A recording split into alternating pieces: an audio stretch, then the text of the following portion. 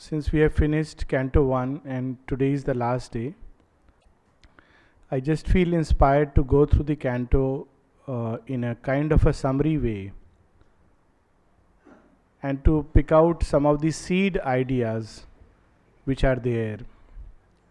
Because Canto 1 is in a way a quick summary of the great event and the great drama and the great truth that Savitri brings to us. The very start of the canto, the name of the canto is the symbol dawn. As the name justifies itself, Savitri brings the new dawn, the dawn of a new creation, of new possibilities. She comes from the same eternal source. She is an emanation of the Supreme, just as dawn is an emanation of the sun. But before she can manifest these possibilities, she has to cross the night that stands in its way. So the whole story is about the struggle between this dawn of a new creation and the night that stands in the pathway. And we see that beautifully brought out in the very first couple of lines. It was the hour before the gods awake. Across the path of the divine event, the huge foreboding mind of night, alone in her unlit temple of eternity, lay stressed, immobile upon silence march. Almost one felt opaque, impenetrable.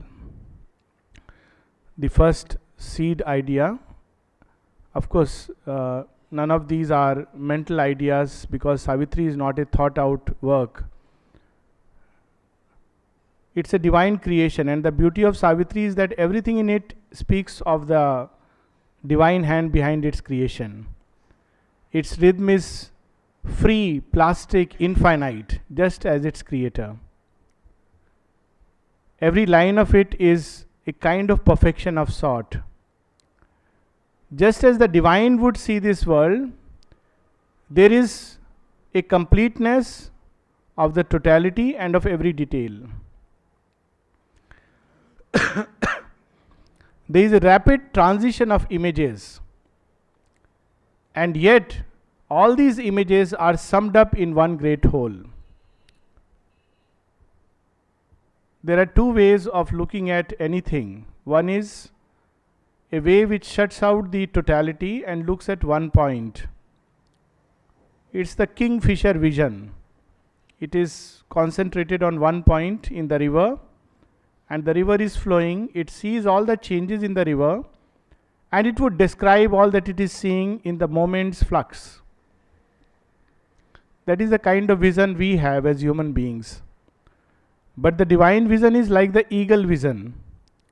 It sees the point, it sees the entire backdrop, it sees the relation of the two, and in one master stroke, it fulfills what it must, keeping into account the entire panorama. That is the kind of vision we find in Savitri constantly. There is a transition and a fusion of images. Images of the physical world, of the worlds beyond, and they are brought together and harmonized. And that makes the poem immensely beautiful. Simply because of this totality of the vision.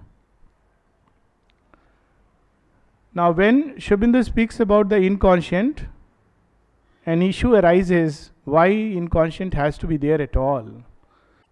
And what is this inconscient? The lines that follow give us again a brief suggestion, a hint of what it is, The abysm of the unbodied infinite, a fathomless zero occupied the world, a power of fallen boundless self awake. Between the first and the last nothingness. The inconscient is nothing else but the divine concealed in it. It is the shadow of the divine. That's one way to look at it. It's the divine concealing himself. Now, in all kinds of spiritual thought, we see this talk about the light and the darkness, and they are mutually opposed to each other. Aurobindo climbs to an integral vision where he sees that behind the inconscient, behind this mask of pain and terror and death, there is there too the smile of the eternal beloved. And this completeness of this vision, here it's just a hint and a suggestion, we find much later coming up in Savitri, and we'll read that out. What really is inconscience? At 2-3 places it comes up in Savitri. One is, of course, on page 621, when death brings out the reality of the inconscient and tells Savitri that everything collapses into this, and don't speak of God, don't speak of light, don't speak of immortality. And Savitri answers a few lines below. Thou hast used words to shutter out the light, and called in truth to vindicate a lie. The truth of inconscient is there, but it is half a truth. The other part of the truth is that inconscient is nothing else but God's living room. He has made it for that purpose. So Savitri tells him, you have called in a truth to vindicate a lie. We know how this is practiced in all our courts, how truth is called in to vindicate a lie. And this practice was started even before creation started. It's the way inconscient cheats this world and robs it of the delight and wonder of God, by constantly reminding us that, look, I am there, death, the creator. Don't talk about high things. This is the harsh reality. So Savitri answers, O death, thou speakest truth, but truth that slays. I answered to thee with the truth that saves. A traveler new discovering himself, one made of matter's world his starting point.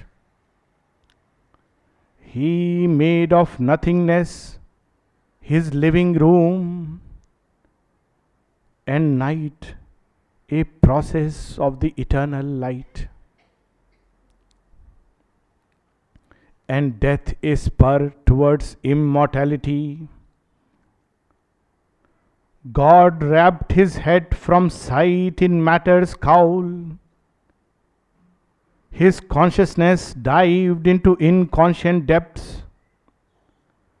All knowledge seemed a huge, dark nescience. Infinity wore a boundless zero's form. We see that one seed thought is so beautifully brought out now to its fullness. His abysms of bliss became insensible deeps. Eternity a blank spiritual vast, annulling an original nullity. The timeless took its ground in emptiness and drew the figure of a universe, that the spirit might adventure into time. So this is the purpose.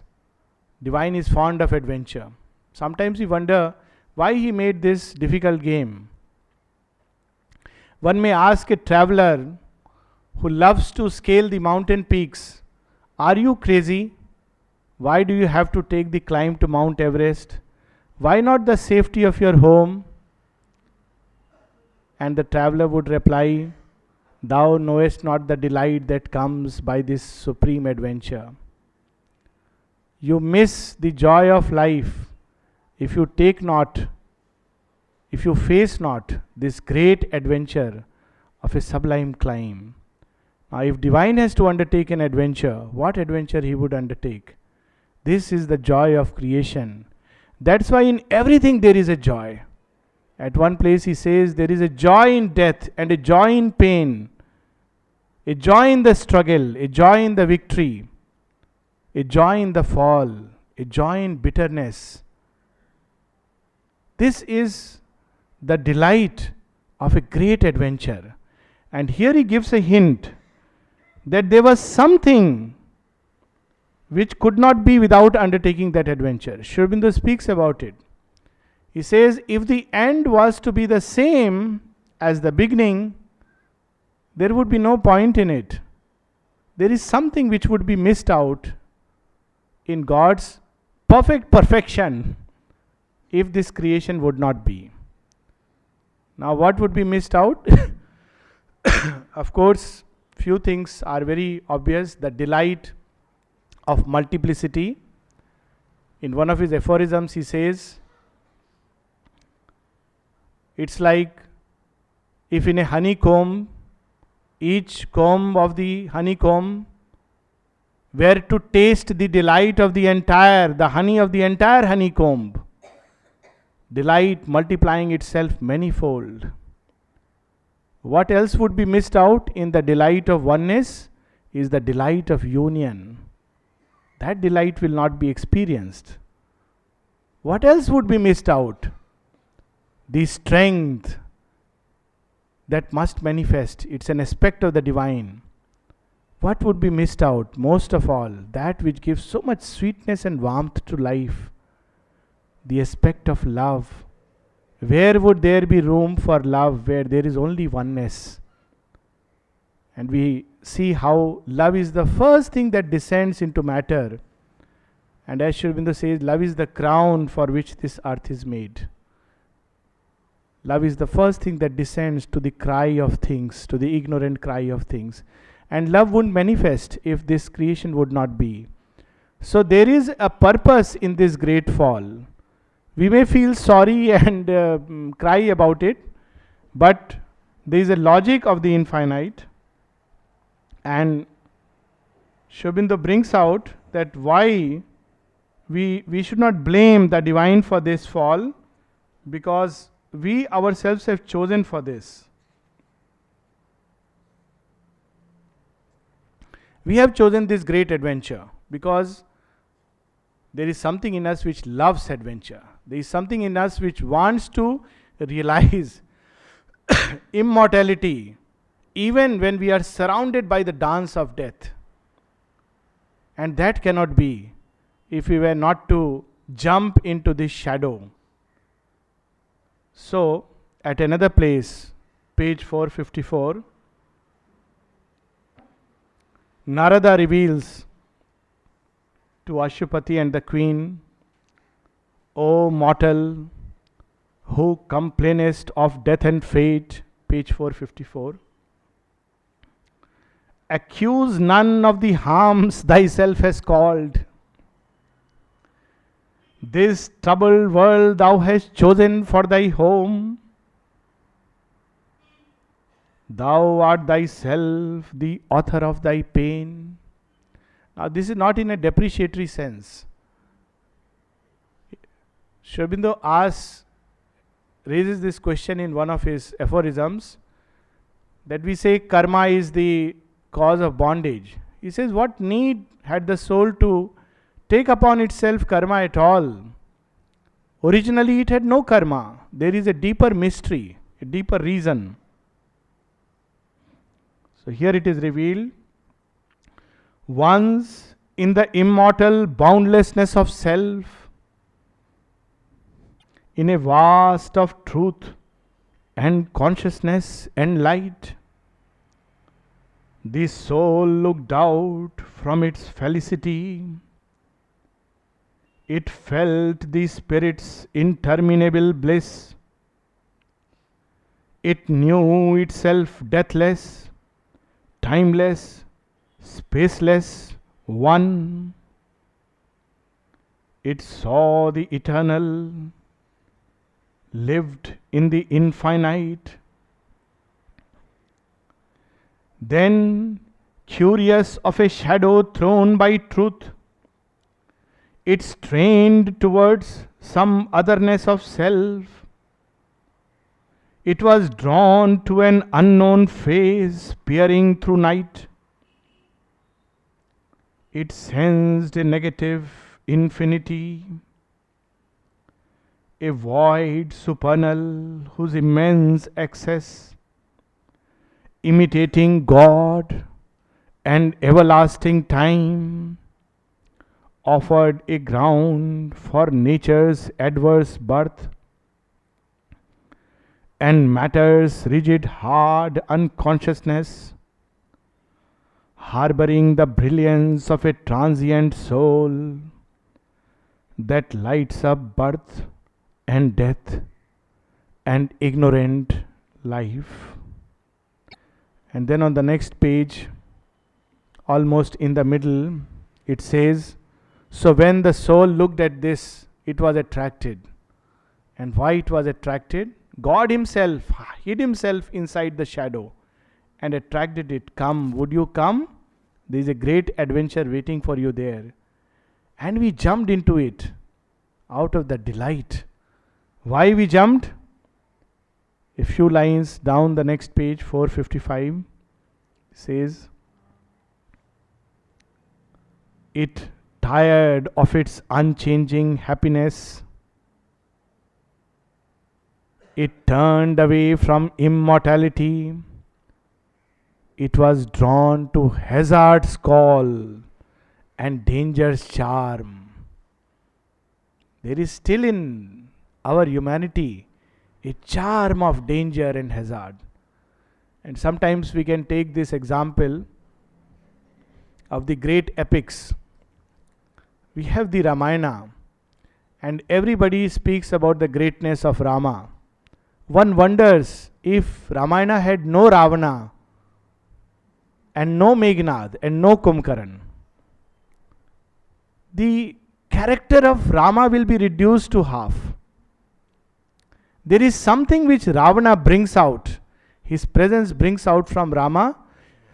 Without Ravana, Rama would be only a nice, tender, good-looking human being.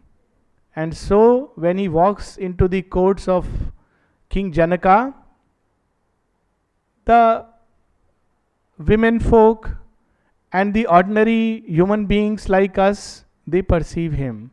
Oh, he is so tender, so beautiful, so full of love and sweetness.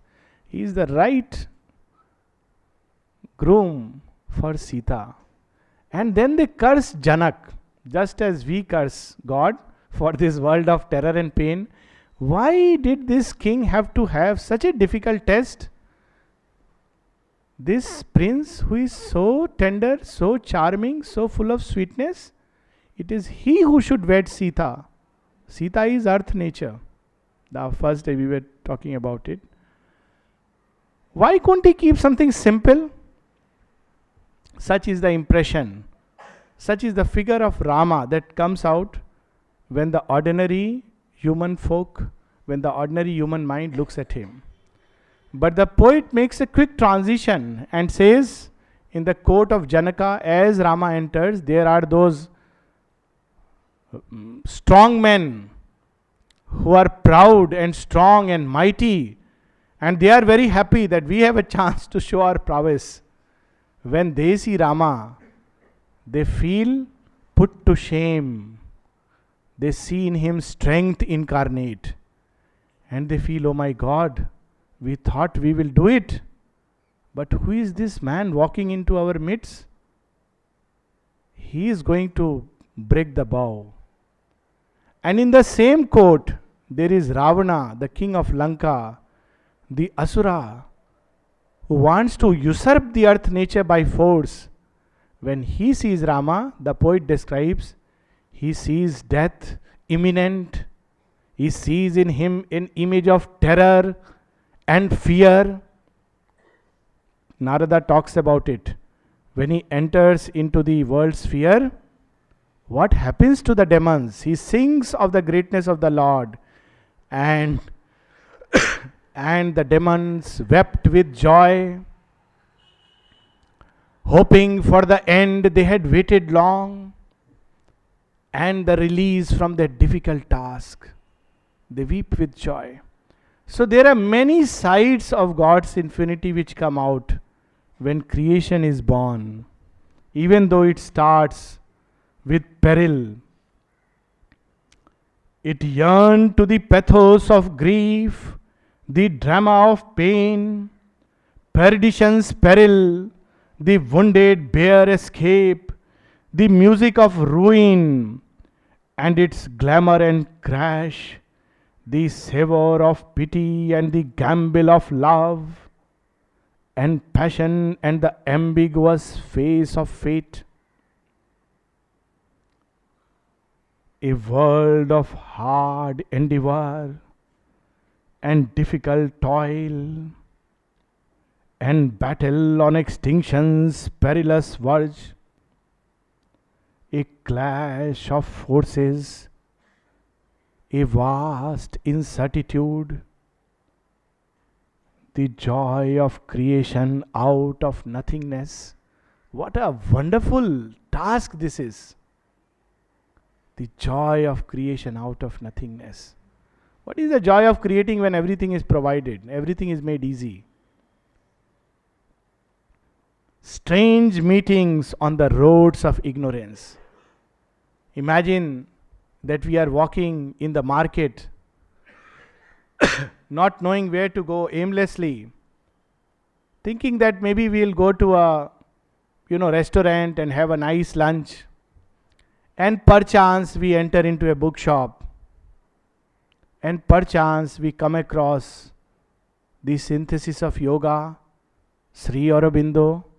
We have never heard the name, and we open and read a line, all life is yoga, and all our being thrills to an ecstasy.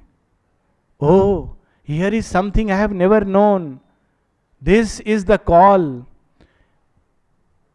Let's go back in time and imagine that we knew all this. We were walking in Connaught Place, and we knew that as we are going to go for lunch, there is a bookshop where we'll walk in, where we will find Sri Aurobindo. How less of the joy there will be. If we knew everything that is going to happen the next moment, it's like watching a repeat telecast. It may be good sometimes. It's like every year you have Ravana burning and it has some charm. But what a tremendous joy the monkeys would have experienced, we can't imagine. When they were in the midst of that danger and fighting under his banner, they would have never known that in times to come we'll be immortalized. Every year Ravana is burned, the effigy, but those who burn it are not immortalized.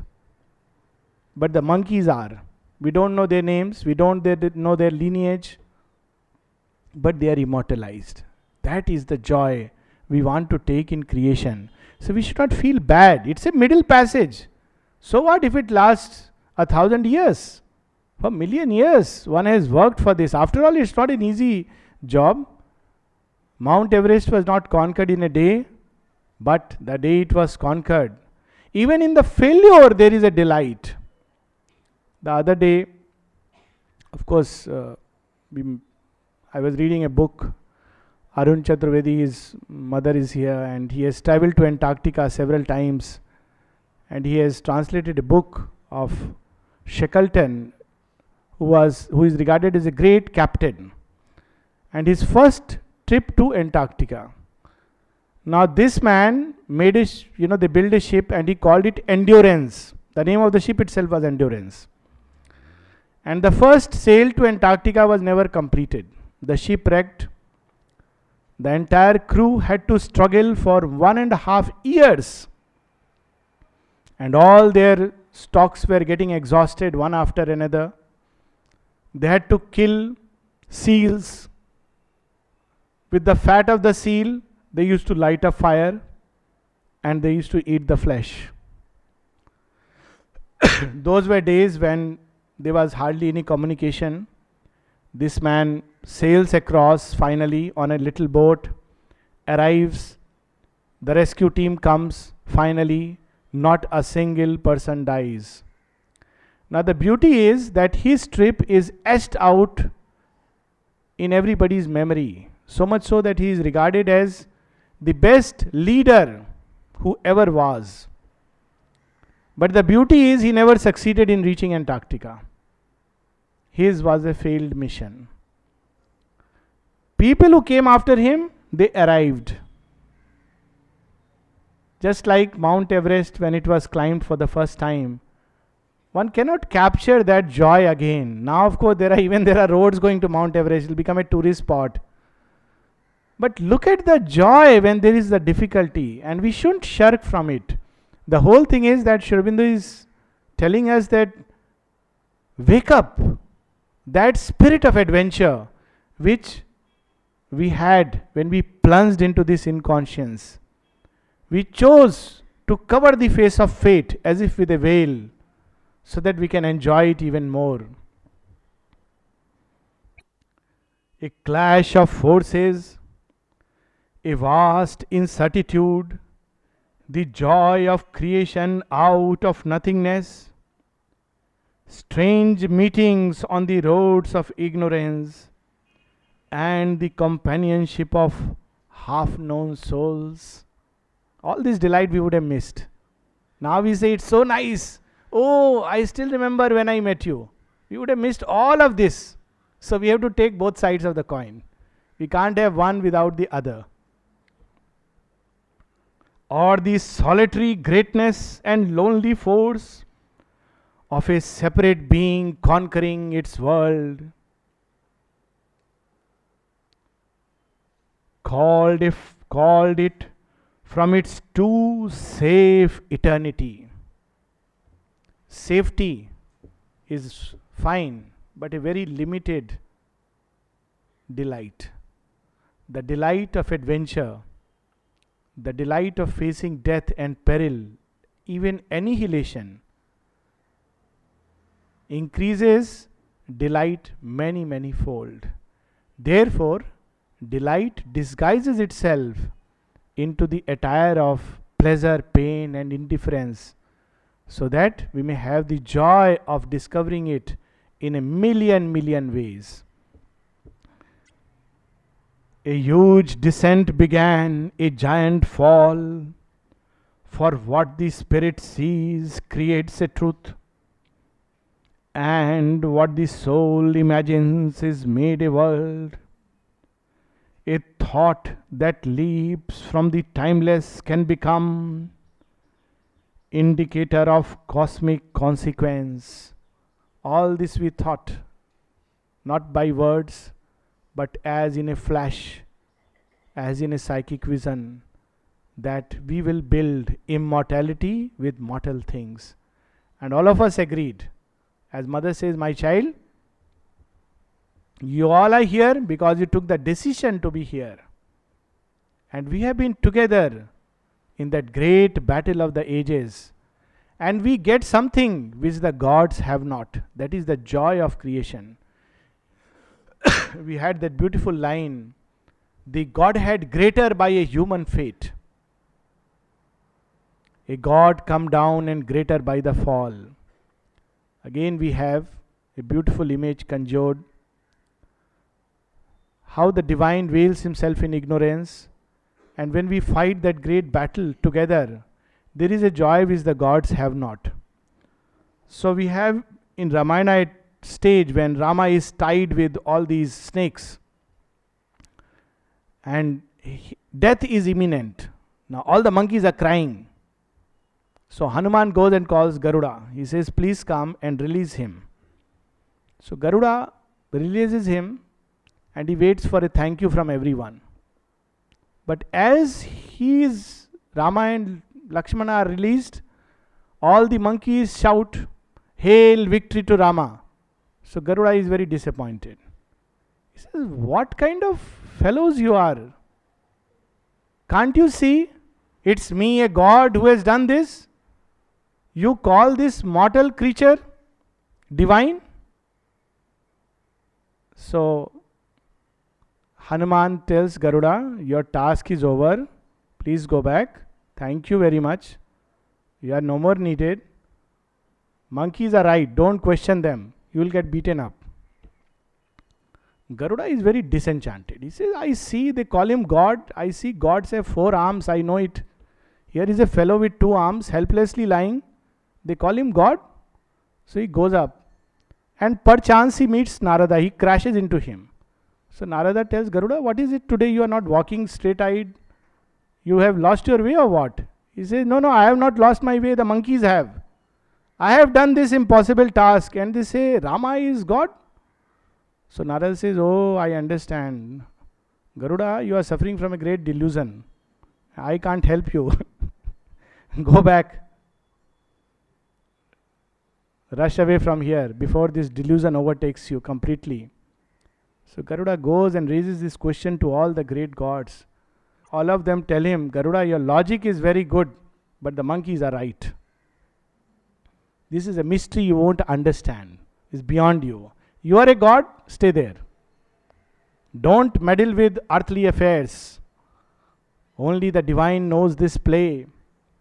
And of course, the image goes on, and he finally discovers that his Lord is playing this play of ignorance and has put upon himself the mask of ignorance and pain and imminent death.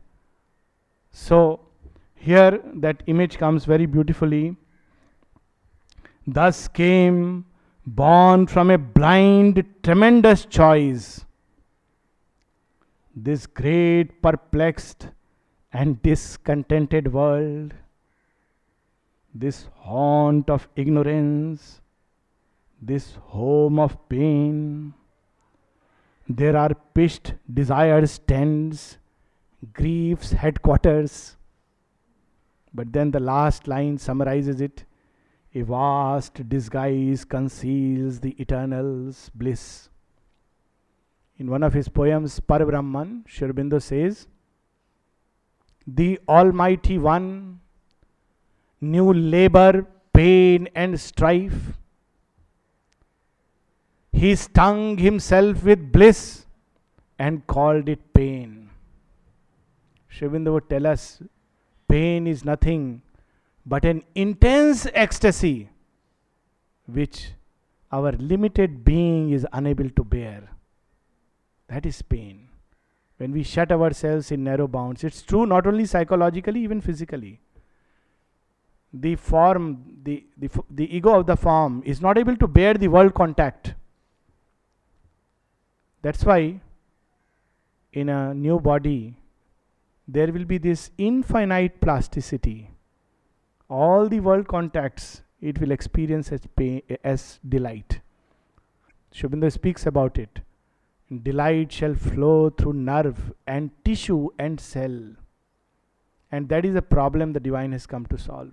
As long as it's made of rigid matter stuff, it experiences pain with a touch which it senses as alien. But where is the alien when everything is God? But if matter becomes plastic to the divine touch, it senses divinity everywhere. Matter, not soul. Spiritually, sensing the divine everywhere is a yoga has been achieved. Aurobindo achieved it much before coming to Pondicherry. He saw the divine behind all disguises. That has been achieved by few great sages and saints once in a while. But even this matter must be able to sense that behind the garb of world pain, there is none else but the divine beloved. And so much so that Aurobindo says that makes the entire journey worthwhile. For that great end for which the earth was made. In his little sonnet, Krishna which will take a break. Aurobindo says, at last I know the meaning of soul's birth into this universe, terrible and sweet. I who have felt the hungry heart of earth, aspiring beyond heaven to Krishna's feet. And then he speaks about how all nature is a brief, enamored pause, hoping its Lord to touch, to clasp, to be. All this waiting of nature, all this pain it bears for that. And then at the end he sums it up. For this one moment lived the ages past. The world now throbs fulfilled in me at last. That, that is the great consummation. So if even for small creations we are willing to take a little pain, even when we build a house, they say people grow old a few years when they build a house. And those who have built a house know it very well. Even repairing it is enough to make you grow a little old. So when we want to build immortality with mortal things, what is a few lives? 1,000 years, 10,000 years, 100,000 years are worth the struggle, because the end is certain, for Usha is there waiting behind the night. In his poem Ahana, Aurobindo speaks about it. The mortal heart wants to pull down the goddess dawn. Come soon, come soon, come soon. Usha says, not yet, you are not yet ready. O voice of the sensuous mortal, O heart of the human longing, thy soul livest in a small frame, thy soul with its senses wronging. But lo, now I come, and with thunder God's knowledge descends. So it will come in its own time. It says what is the problem? You are living in a small frame. It tells very clearly that you want to force me to come, I cannot come. Thou hast put thy lives in smallness. That is the expression. The exact words are different. And then it says, thy soul with thy senses wronging. So that is the reason why we don't experience delight. Otherwise, there is nothing else but delight. So this is the one of the key ideas of the inconscient and its transformation, which is already there in the very first few lines, in the very first canto. And in the next half, we'll talk a little bit about the divine touch and the transformation of this inconscient, which is developed later in Savitri at another place. So we'll take a break with this.